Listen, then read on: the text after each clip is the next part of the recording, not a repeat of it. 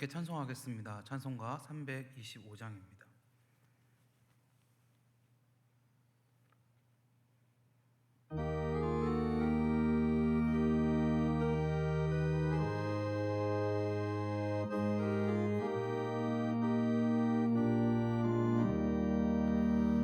예수가 함께 계시니 시험이 오나 겁없네.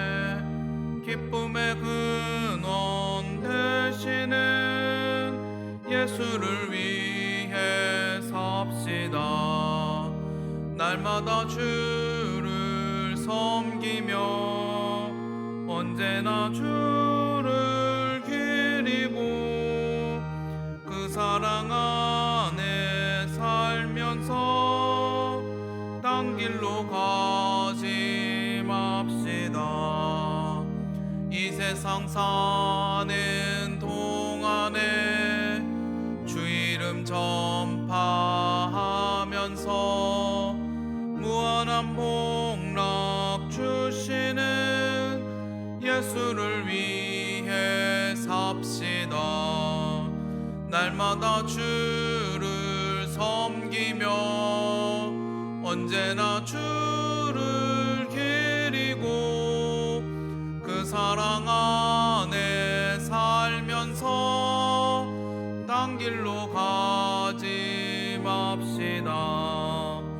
이 세상 친구 없어도 예수는 나의 친구니 불의한 일을 버리고 예수를 위해 삽시다. 날마다 주를 섬기며 언제나 주를 기리고 그 사랑 안에 살면서 딴 길로 가지 맙시다. 주께서 심판하실 때 잘했다 칭찬하리니 이러한 상급 받도록 예수를 위해 삽시다. 날마다 주를 섬기며 언제나 주를 기리고 그 사랑 안에 살면서 딴 길로 가지 맙시다. 아멘. 찬송가 313장입니다.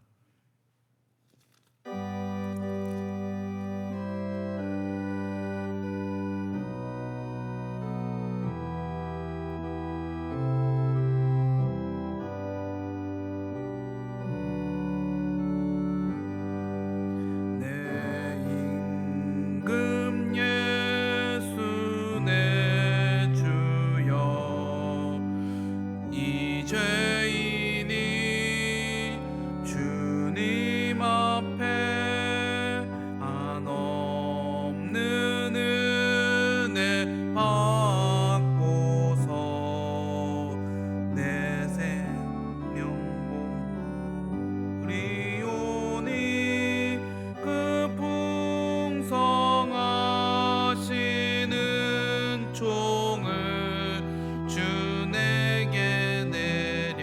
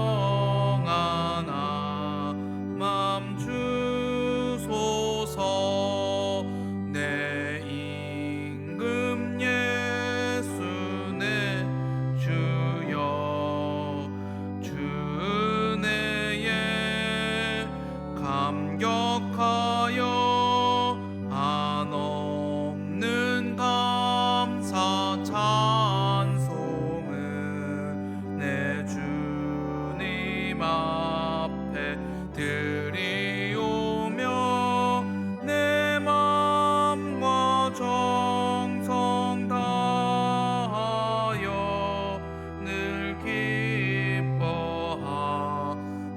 살리라. 내 임금 예수 내 주여 이 마음과 이 천한 몸 그 보배 피로 값주고 주 친히 사신 것이오니 나 이제 사나 죽으나 주 뜻만 따라 살리라. 아멘. 이 시간 김현숙 권사님 대표해서 기도해 주시겠습니다.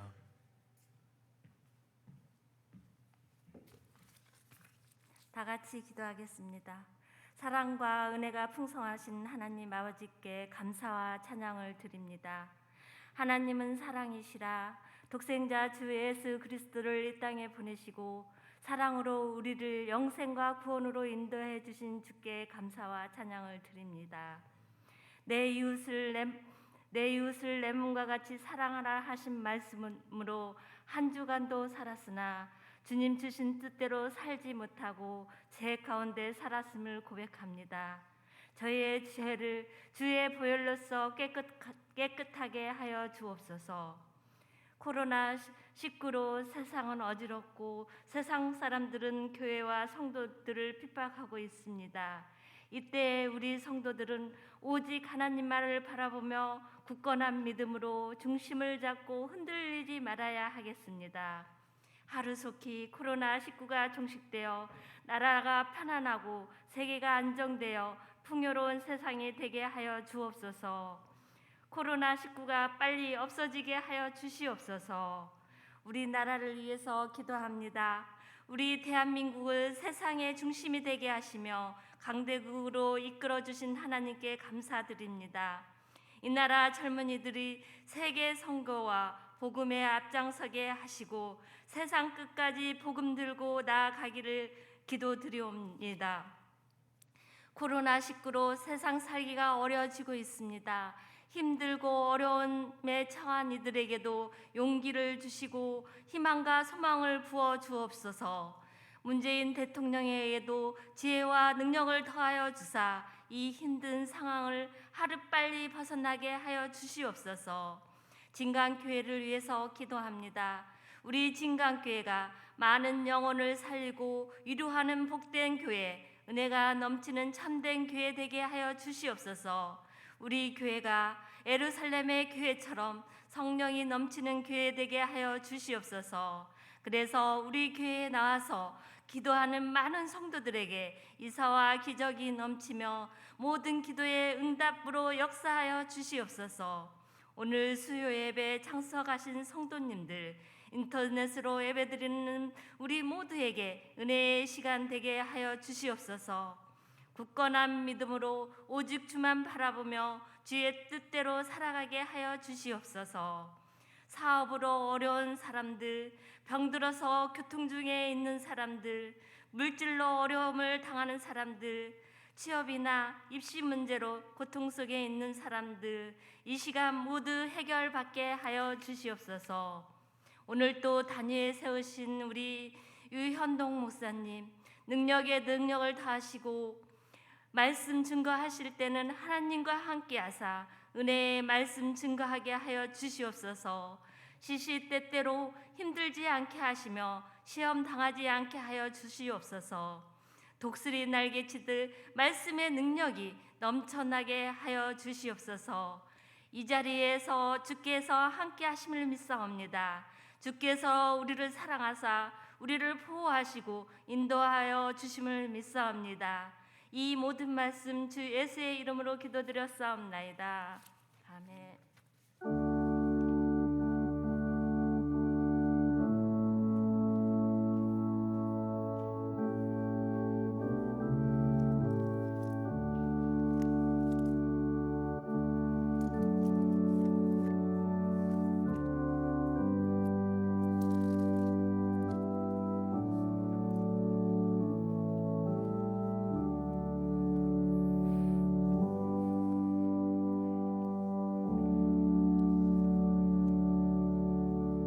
하나님 말씀 함께 보겠습니다. 하나님 말씀은 사사기 1장 1절에서 7절까지 말씀입니다.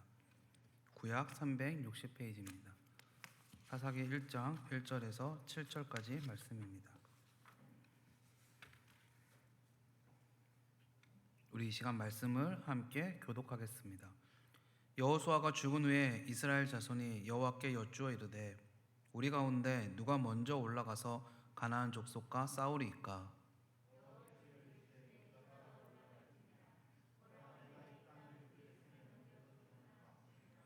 유다가 그의 형제 시므온에게 이르되 내가 제비 뽑아 얻은 땅에 나와 함께 올라가서 가나안 족속과 싸우자. 그리하면 나도 내가 제비 뽑아 얻은 땅에 함께 가리라 하니 이에 시므온이 그와 함께 가니라.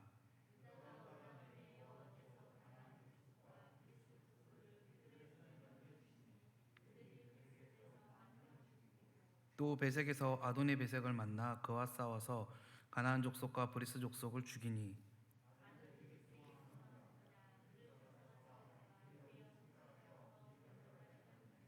함께 봉독합니다. 아도니 베석이 이르되 옛적에 70명의 왕들이 그들의 엄지손가락과 엄지발가락이 잘리고 내 상 아래에서 먹을 것을 줍더니 하나님이 내가 행한 대로 내게 갚으심이로다 하니라. 무리가 그를 끌고 예루살렘에 이르렀더니 그가 거기서 죽었더라. 아멘. 말씀 전에 잠시 정정할 게 있습니다. 자, 아직 안수를 받지 못해서 강도사입니다. 네. 주변에 안수를 받았어야 되는데 제가 아직 장가를 못 가서 하나님께서 더 많은 훈련을 시키시려고 그러는 줄 알고 있습니다. 네. 뭐라고 그러는 건 아니고요. 그래도 정직하게 하려고 그렇습니다. 네, 오늘은 사사기 두 번째 시간입니다. 영광과 환희의 시대의 방법을 기억하라 라는 제목으로 함께 말씀을 나누려고 합니다. 부제는 하나님의 방법으로 싸워야 합니다. 하나님의 방법으로 싸워야 합니다 라는 부제입니다. 우리는 흔히 역사 속에서 현재의 문제에 대한 답을 얻는다 라고 이야기를 많이 하죠. 역사를 돌이켜보면서 현재 우리가 갖고 있는 어떤 문제의 답을 찾아보자 라는 이야기를 많이 합니다. 이 말이 뜻하는 바는 역사가 반복되어진다라는 전제 하에서 어떠한 문제를 만났을 때 이러한 유사한 역사 속의 사건을 찾고 그 사건 속의 인물들이 어떻게 대응하였는지, 어떻게 반응하였는지, 어떻게 잘했는지, 어떻게 못했는지를 확인함으로 말미암아서 지금 우리의 문제에 대한 답도 찾을 수 있다라고 하는 말이겠죠. 이 말은 참 맞는 말인 것 같습니다. 그런데 또 한편으로 생각하면 반은 맞고 반은 틀린 말은 아닌가라는 생각을 하게 됩니다. 왜냐하면 인간사의 방법은 얻지만 진정한 방법은 얻지 못하기 때문입니다. 무슨 말이냐? 예를 들어 보겠습니다. 동양 사람들이 가장 재밌어하고 좋아하는 고전이 뭘까요? 삼국지죠. 삼국지. 삼국지 다 읽어보셨죠? 삼국지에 대해서는 이런 말도 있다고 하더라고요. 삼국지를 3번 읽은 사람하고는 인생을 논하지 말고 삼국지를 10번 이상 읽은 사람과는 논쟁도 하지 말라. 그처럼 삼국지가 여러 가지 인간들의 그 군상들, 세상 사는 교훈들, 지혜들이 담겨 있기 때문에 그러한 말들을 하는 게 아닐까라는 생각을 해보게 됩니다. 정말로 다양한 사람들이 나와서 다양한 사건 가운데에서 어떻게 대응하는지에 대한 이야기들이 많이 나오지 않습니까? 그런데 삼국지에 나오는 모든 인간들의 행동에는요, 여러분 그거 아세요? 사실 한계가 있습니다. 무슨 말이냐면 삼국지의 진짜 내용이 무엇이냐면 다른 사람을 짓밟고 무언가를 성취하는 내용은 아닐까라는 생각을 해보게 됩니다. 사람들이 그 삼국지 안에서 많은 사람들이 대의명분을 이야기하거든요. 대의 명분? 그런데 그들이 말하는 대의 명분이란 결국은 자신을 위한 대의 명분으로 많이 포장되어져 있는 경우가 많죠. 그래서 자신이 속한 집단과 나를 위해서 서로에게 겉모술수를 사용하고 지력과 무력으로 힘을 겨루면서 승자는 모든 것들을 가지게 되는 그러한 과정이 바로 삼국지의 내용이 아닐까, 조금 비평적으로 이야기하면 그렇게 바라봐집니다. 그래서인지는 몰라도요, 삼국지의 끝을 보면 전 사실 좀 허무하더라고요. 그렇게 그 영웅들이라고 불리는 수많은 사람들이 싸웠지만 결국 그 사람 중에서 천하를 얻은 사람은 아무도 없고, 웬 생각지도 못했던 사람이 나와서 나중에 나라를 통일하고, 근데 그 사람도 결국은 또 나라가, 자신이 세운 나라가 무너지게 되는 뭐 그러한 결과들을 우리가 보지 않습니까? 저는 그 모습을 보면서 우리의 모습을 생각해 보았습니다. 사람들은요, 이 세상에서 무언가를 얻기 위해서, 이런 표현 써도 될지 모르겠지만 아등바등하면서 살아갑니다. 어떠한 지위를 얻기 위하여서, 내 자식이 어떠한 위치에 올라가는 것들을 바라기 위하여서, 더 높은 경지에 다른 사람들보다 더 나은 삶을 누리기 위하여서, 그래서 사람들은요, 자신들이 말하는 지혜를 가지고서 그것들을 얻으려고 합니다. 능력, 지금 현대 시대가 이야기하는 스펙, 뭐 이런 것들도 다 거기에 포함되지 않습니까? 그래서 자기의 힘으로 무언가를 할 수 있다고 생각하면서 자기의 힘으로 무언가를 성취하기 위해서 무던히도 애를 쓰는 시대를 우리는 살아가고 있고요. 인간 역사의 전반적으로 그렇게 살아왔습니다. 하지만 그들이 성취한 모든 것들이, 여러분, 우리 인간은 한계가 있잖아요. 죽음 앞에서는 결국 아무것도 아닌 무용지물이 되어버리는 결과를 우리 너무나도 많이 봤습니다. 전서서 7장 29절은 이렇게 이야기합니다. 내가 깨달은 것은 오직 이것이라. 곧 하나님은 사람을 정직하게 지으셨대요. 하나님은 사람을 정직하게 지으셨으니, 그런데 사람이 많은 꾀들을 낸 것이라. 사람이 자기의 많은 꾀를 내면서 어떻게 합니까? 하나님이 정직하게 지었는데 사람은 정직하지 않다라는 말이겠죠. 자기 꾀에 의존해서 살아가고 있다라는 이야기입니다. 그 말씀을 보면 지혜자의 말에 탐복하게 되죠. 우리 주변의 모든 상황들이 정말 지혜자의 말 그대로입니다. 하나님이 지으신 세상은 모든 것에서 부족함이 없으며 그 모든 것에 오류가 없으며 거짓이 없었는데, 사람은 그런 세상 죄로 말미암아 타락하였고 하나님이 아닌 자신의 힘으로 무엇인가 꾀를 내고 거짓을 사용하고 겉모술수를 사용하면서 쟁취하려고 하는 삶을 살아가고 있죠. 그러나 왜 그런 말도 있잖아요. 건불 10년 화무 11호. 결국 그 모든 것들이 쥐었다고 해도 쥐지 못하고 으스러져 버리는 것인데, 그래서 전도자는 인간의 인생이 허무하다라고 이야기했던 건지도 모르겠습니다. 그러므로 우리는 기억해야 됩니다. 우리 인생의 진짜 목적이 무엇인지를. 우리 인생의 진짜 목적이 무엇인지를 기억해야 됩니다. 우리 인생의 진짜 목적과 그 목적을 위한 삶의 방법은 여러분 오직 성경에서만 확인할 수 있습니다. 그렇지 않습니까? 성경이 말하는 우리 진짜 인생의 목적이 뭘까요? 그것은 우리로 하여금요, 하나님의 나라가 이 땅에 실현되어지도록 하는 것. 그러니까 우리가, 다른 말로 하면 좀 쉽게 얘기하면 우리가 하나님의 나라에 하나님의 나라 백성답게 살아가는 것, 그것이 우리가 살아가는 목적인 거예요. 이 죄된 세상에서.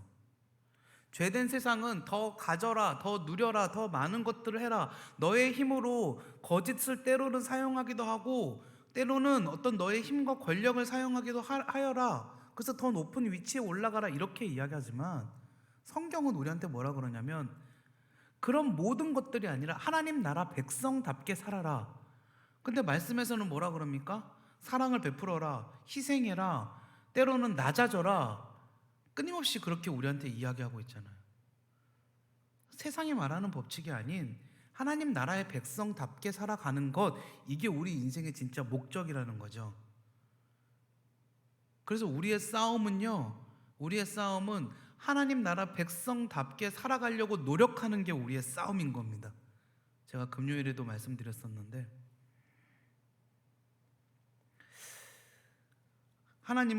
하나님이 그리스도인을 부르신 이유는 이걸 실현시키기 위해서 부르신 거고요. 그래서 우리는 이걸 실현시키기 위해서 하나님의 방법으로 싸워야 된다라는 것이죠. 이런 세상 속에서 하나님의 방법으로 싸워서 어떻게 이기는지를 사사기는 우리에게 너무나도 많은 고민과 의미 있는 이야기들을 던져줍니다. 여호수아서 24장은 오늘은 지금 사사기 처음 시작하는 부분이잖아요. 여호수아서에서 연결되거든요. 여호수아서 내용을 보는 게 좋습니다. 여호수아서 24장은요, 사사기를 시작하는 중요한 배경이 됩니다. 여호수아서 24장은 지도자 여호수아가 이스라엘을 향하여 마지막 고별 설교를 하는 내용이 기록되어져 있거든요. 근데 그 여호수아의 고별 설교의 내용은 한 문장으로 요약하면 이겁니다. 하나님을 섬겨라. 여호와를 섬겨라. 그럼 하나님께서 너의 인생의 모든 것을 책임질 거다. 하나님 뜻대로 살아라. 이게 여호수아의 고별 설교의 중심적인 메시지죠. 하나님 말씀에 순종하고 하나님만을 잘 섬겨라 그런 겁니다. 그래서 이스라엘은요, 그러한 여호수아의 고별 설교 내용에 따라서 살아가고요. 오늘 본문은 그러한 것을 잘 보여줍니다. 오늘 본문의 내용을 좀 간단하게 살펴볼까요? 오늘 본문은 여호수아가 죽은 후의 내용입니다. 그래서 1장 1절은 이렇게 시작하죠. 여호수아가 죽은 후에. 그럼 여호수아가 죽은 후에 어떤 일이 있었느냐? 이스라엘이 가나안을 정복해 갑니다. 우린 좀 오해하기 쉬워요. 여호수아 시대에 이스라엘이 가나안에 들어가서 가나안을 이미 정복하고, 여호수아 보면은 지파별로 땅을 막 분배하잖아요. 그래서 이게 분배가 끝이 났다라고 생각하기 쉬운데, 재밌는 거면 그들이 땅을 분배할 때 정복한 땅을 분배한 게 아니고요, 앞으로 정복할 땅을 분배했습니다. 이해가 되시죠? 하나님이 이 땅을 우리에게 주셨다라는 확신 가운데에서 이미 얻은 땅을 분배한 게 아니라 앞으로 얻을 땅을 분배한 거예요. 그래서 이 사사기에 들어가서도 초반에는 계속 가나안 땅에서의 전쟁이 벌어집니다. 오늘은 그 내용 중에 한 가지죠. 그들이 그 전쟁 가운데에서 먼저 싸운 이 대상이 누구였냐면 가나안 족속과 브리스 족속이라고 하는 상대였어요. 그런데 이들이 사실은 만만치 않은 상대였거든요.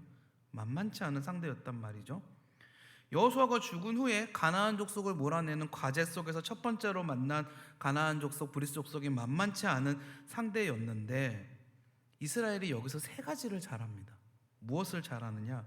첫 번째, 여호수아가 죽고 나서 이스라엘이 무엇을 하냐면 1절 말씀에 보면 여호수아가 죽은 후에 이스라엘 자손이 여호와께 여쭈어 이르되라고 이야기하고 있습니다. 무엇을 하였느냐? 하나님께 물었다라는 거죠. 하나님, 우리가 어떻게 해야겠습니까? 자신들의 임무 앞에서 하나님의 뜻을 먼저 구하는 일을 했다라는 겁니다. 그들이 물어봤던 건 이거죠.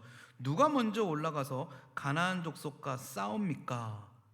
왜 이걸 물어봤을까요? 하나님이 가나안 족속을 진멸하고 가나안 땅을 차지하라 그랬잖아요. 하나님이 주신 임무를 완수하기 위해서 하나님의 명령에 완수하려고 하나님께 물어본 것입니다. 그랬더니 하나님께서 답을 주시죠. 그 답은 뭐냐면 2절에 있습니다. 여호와께서 이르시되 유다가 올라갈지니라. 보라, 내가 그 땅을 그의 손에 넘겨주었노라. 이스라엘 사람들이 이때 당시에 잘한 그 두 번째는 뭐냐면 하나님의 명령에 따랐다라는 거예요. 하나님께서 주시는 명령은 너무 놀랍습니다. 하나님께서는요, 유다가 올라가라 라는 답을 주셨어요. 근데 그 다음에 뭐라 그러시냐면 이스라엘에게 유다가 올라갈지니 이 땅을 그의 손에 넘겨주었다. 이미 확정하고 계세요. 하나님이 내가 유다의 손에 이 땅을 주었다. 그러니까 이스라엘이 어떻게 합니까? 유다를 보내서 그 땅을 실제로 차지하게 되죠. 하나님이 승리를 주셨다는 확언 가운데 이스라엘 사람들이 그걸 받아들였다라는 거예요. 마지막 세 번째는 그들이 연합하였다라는 사실입니다. 사실은 하나님께서 유다가 가라라고 하셨을 때 유다 혼자서 충분했습니다. 유다 지파 혼자 충분했습니다. 그런데 유다 지파는 혼자 가지 않고요, 오늘 말씀에 보면은 시므온 지파와 함께 갑니다. 시므온 지파가 함께 간 이유는 이겁니다. 유다와 시므온은 어머니가 같은 그 지파잖아요. 그런데 시므온 기업은요 유다 영역 내에 당시에 자리 잡고 있었다고 해요. 근데 인구수도 적고 굉장히 좀 다른 지파들의 반도 안 될 정도로 당시 좀 약한 상황 가운데 있었다라고 합니다. 그래서 시므온은 당시에 단독으로 정복 사업을 펼치기가 어려웠었는데 유다는 그런 시므온에게 함께 하자고 하면서 시므온의 짐을 좀 대신 져주는 듯한 그런 상황을 만들고 가고 있는 거죠. 짐을 져주고 있는 듯한 상황. 그렇게 연합을 한 겁니다. 이스라엘이 참 잘했죠. 싸우러 가기 전에 하나님의 전쟁임을 알고 하나님께 물어보고 하나님께서 답을 주셨을 때 하나님의 명령에 순종하고 또 혼자만 그 이득을 취하지 않기 위해서 유다는 시므온과 함께 했다라는 것, 이게 하나님의 방법대로 싸우는 것이었습니다. 이 사사기 내용 보면 이 초반의 내용이 가장 좋은 것 같아요. 가장 아름다운 이상적인 내용들이 이렇게 나옵니다. 하나님께서 원하시는 일이 바로 이런 것이 아니었을까? 앞으로 계속해서 이렇게 싸워가면 되는 거였어요. 여러분, 사사시대는 재밌는 시대입니다. 사사시대는 이전 시대와는 다른 양상을 가지고 있죠. 사사시대 초입부는요 이스라엘에게 있어서는 영광과 환희의 시대입니다. 왜 그렇습니까? 그들이 이 가나안에 들어오기 전에 어떤 모습으로 살았죠? 이집트에서는 노예를 살았고요, 광야에서는 떠돌이 생활을 했습니다. 그랬던 그들이 드디어 정착한 땅도 얻게 되었고, 여러분, 그들이 노예로 살았던 그들이, 떠돌이로 살았던 그들이 이민족에 대항할 힘도 있었고 심지어는 전쟁에서 이기기도 하고 여리고성도 무너뜨리고 하나님께서 홍해도 가르시고 놀라운 기적도 체험하고 이 모든 것들을 맛보게 된 그 시대가 바로 이 사사시대라는 거죠. 그래서 그들에게 있어서 이 시대는요 이전과는 비교할 수도 없는 영광과 환희의 시대를 맞았다라는 거예요. 그들이 그러한 시대를 맞게 될 수 있었던 이유는 무엇입니까? 하나님께서 그들을 인도하셨기 때문에 가능했던 것이었죠. 하나님께서 이집트에서 그들을 탈출하게 하셨고요, 광야 생활을 할 때는 불기둥, 구름기둥, 만나와 메추라기로 그들을 먹이시고 그들을 입히시고 그들을 살리셨고요, 그들이 여리고성을 무너뜨릴 때 하나님께서 하셨고요, 홍해를 건너고 요단강을 건널 때 그 모든 일들 다 누가 하셨습니까? 하나님이 하셨죠. 그렇게 엄청난 사건, 특별한 사건이 아니더라도 그들의 삶의 세세한 모든 부분들 하나하나까지 누가 인도하신 거예요? 하나님이 인도하셨죠. 그래서 그들이 하나님의 백성이라는 징표를 가지게 되었고 하나님의 백성이 하나님이 주신 땅에 들어가게 된 겁니다. 그러면 이제 그들에게 남은 것은 무엇이냐? 여러분, 국가의 3대 요소가 뭘까요? 영토, 그 다음에 뭡니까? 국민, 그리고 하나가 그 나라를 움직이는 주권이잖아요. 이스라엘의 주권은 누구한테 있을까요? 하나님께 있는 거죠. 이스라엘을 움직이는 법은 하나님의 법으로 말미암아 움직이는 거죠. 그래서 이제 그들에게 남은 한 가지는 뭐냐면 가나안 땅 영토를 차지했죠. 그 나라의 백성들, 이스라엘 백성들이 생겼죠. 이제 그들에게 남은 한 가지는 하나님의 뜻대로 하나님의 법대로 살아가는 것, 오직 그거 한 가지만 존재하면 되는 거였습니다. 그래서 하나님의 방법대로 그들이 싸울 때 그들이 승리할 수 있게 되는 것이죠. 이건 우리에게도 하나님께서 분명한 가르침들을 주신다고 생각합니다. 우리는요 하나님 나라의 백성이 되었습니다. 하나님께서 우리 인생의 모든 것들을 책임져 주시는 줄 믿습니다. 믿으시죠? 그럼 우리는 어떻게 살아야 됩니까? 우리는 하나님의 방법대로만 살아가면 되는 거예요. 하나님의 뜻대로만 살아가면 되는 거예요. 우리는 매번 우리 이렇게 생각해요. 우리는 힘든 시대에 살아가고 있어요. 우리는 어려운 시대에 살아가고 있어요. 그렇게 말할지 모르겠지만 사실 우리는 영광과 환희의 시대를 살아가고 있는 줄 믿습니다. 하나님이 우리한테 신앙생활을 할 수 있도록 주셨고 아무런 제약 없이, 물론 지금 이 바이러스와의 전쟁 때문에 힘들긴 하지만 그럼에도 불구하고 여러분 집에서 TV만 틀면 예배 드릴 수 있고 성경 볼 수 있고 우리 잡혀가지 않잖아요. 이 시대에 우리가 해야 될 건 뭐냐면 이 신앙의 힘으로 무언가를 더 얻고 무언가를 더 쟁취하고 무언가 더 높은 것들, 더 많은 것들을 가지기 위한 것이 아니라 우리에게 필요한 건 뭡니까? 하나님의 방법대로 하나님 나라의 백성답게 살아가기 위해서 싸우는 것, 그것이 우리에게 필요한 것인 줄 믿습니다. 믿으시죠? 사실 코로나 시대에 이 말씀을 전하면서 과연 이 말씀을 전해야 되는가? 우리에게 필요한 건 위로와 소망이 아닌가라는 생각을 했습니다. 근데 한편으로는 그런 생각도 들더라고요. 이럴 때일수록 우리가 하나님 나라 백성답게 살면 우리 주변에 있는 외적인 모든 문제들은 하나님께서 해결해 주실 거라는 사실입니다. 우리가 두려워하고 우리가 무서워할 것이 무엇이 있겠습니까? 하나님 뜻대로 우리가 살아갈 때 모든 것들을 하나님께서 움직이신 말이죠.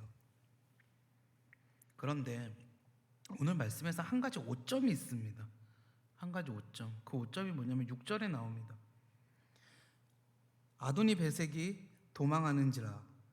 아도니 베색은 이 가나안 족속의 왕이었거든요.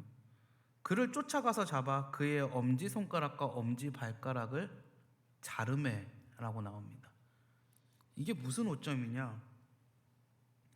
이건 뭐 그들이 뭐 이스라엘 백성이 잔인하다 이런 걸 이야기하려는 것이 아니에요. 7절 보면은 아도니 베석이 이르되 옛적에 70명의 왕들이 그들의 엄지손가락과 엄지발가락이 잘리고 내 상 아래에서 먹을 것을 줍더니 라고 했잖아요. 아도니 베석이 전쟁을 해서 이겼을 때 70명의 엄지손가락과 엄지발가락을 잘랐대. 이건 당시의 관습입니다. 관습.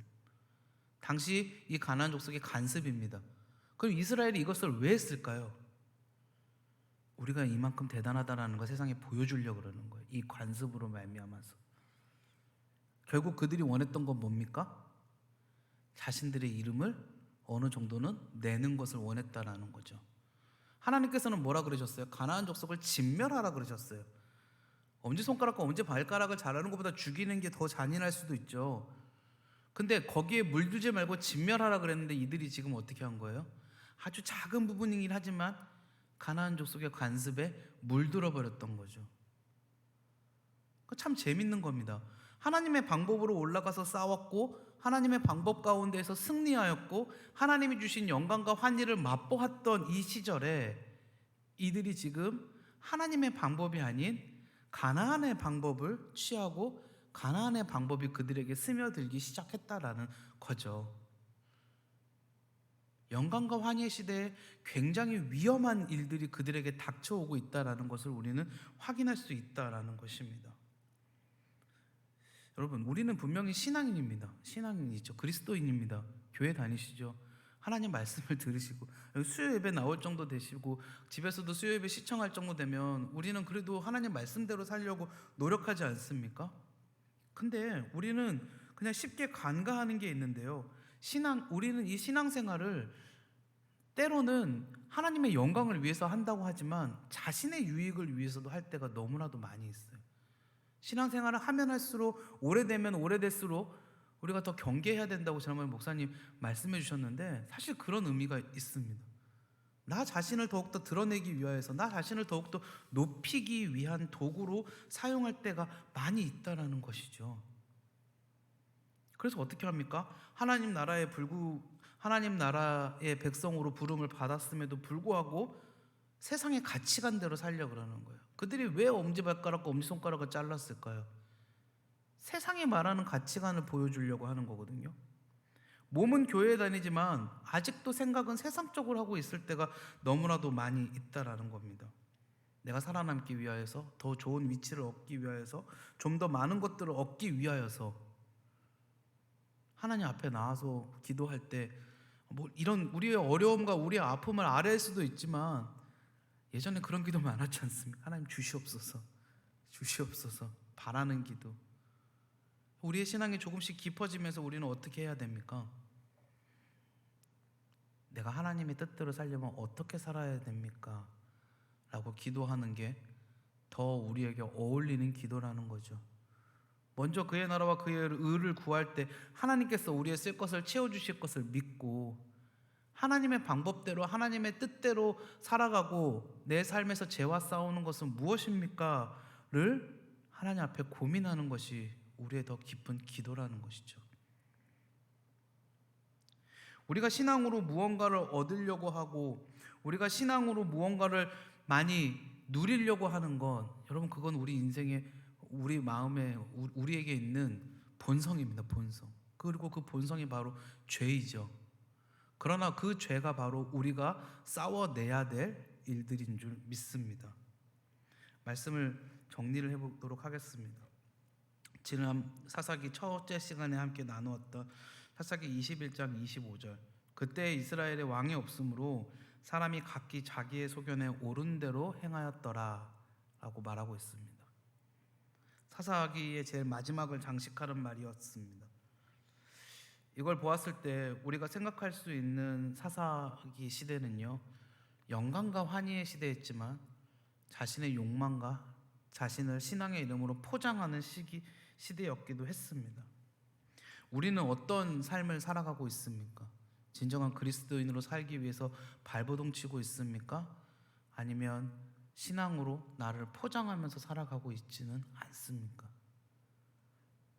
사사기 말씀을 앞으로도 계속해서 보면서 우리는 이 부분에 대해서 함께 고민해 보았으면 좋겠습니다.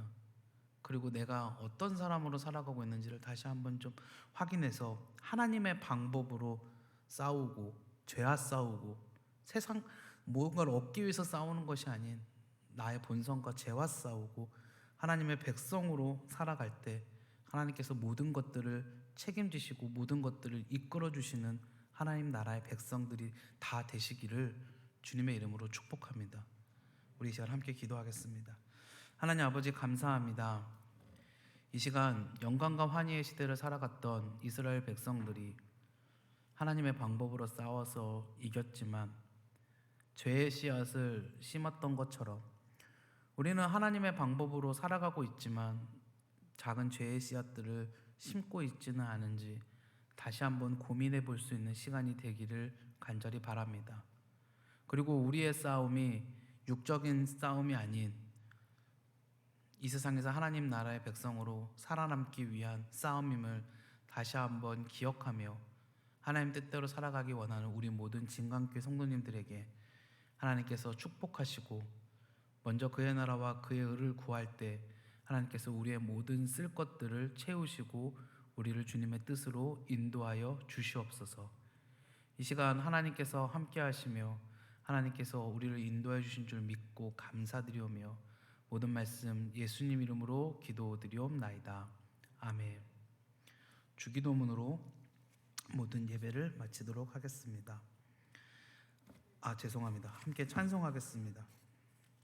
찬송가 288장입니다.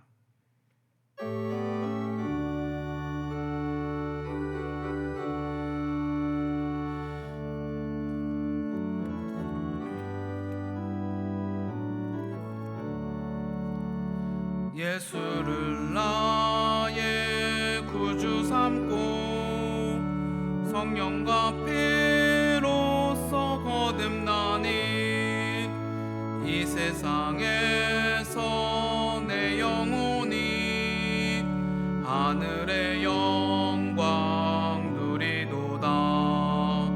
이것이 나의 간증이요 이것이 나의 찬송일세. 나 사는 동안 끊임없이 구주를 찬송하리로다. 온전히 주께 맡긴 내 영 사랑의 음성을 듣는 중에 전사들 왕래하는 것과 하늘의 영광 보리로다. 이것이 나의 간증이요 이것이 나의 찬송일세. 나 사는 동안 끊임없이 구주를 찬송하리로다. 주 안에 기쁨 누림으로 마음의 풍랑이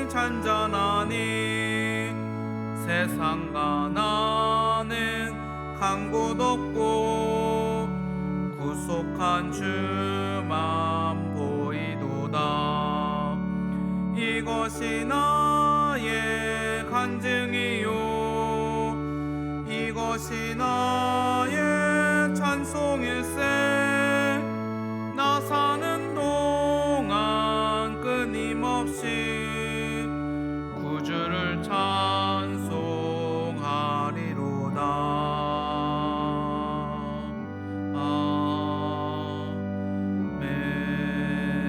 아멘. 시간 주기도문으로 예배를 마치겠습니다.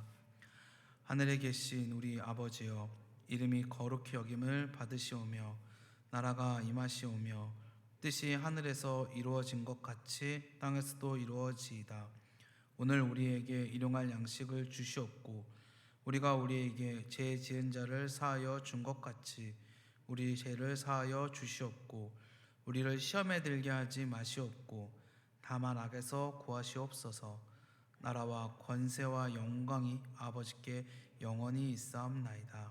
아멘.